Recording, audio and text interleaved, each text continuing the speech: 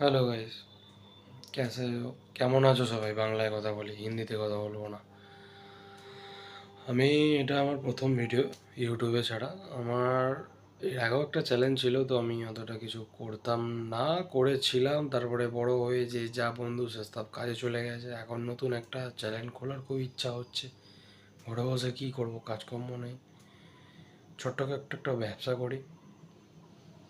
আর কিছু ইনফরমেশন তোমাদের এই ভিডিওতে আমার জানার আছে, মানে আমি তোমাদের থেকে জানবো আর কি। তোমরা যদি কিছু জানো আমাকে একটু কমেন্টে বলে দিতে পারো, বা কারোর পার্সোনাল নাম্বার দিয়ে দিতে পারো কমেন্টে, মেল আইডি দিয়ে দিতে পারো, আমি তার সাথে কন্ট্যাক্ট করে নেবো। কী বিজনেস করা যায় যেটা থেকে প্রফিটেবল হতে পারবো?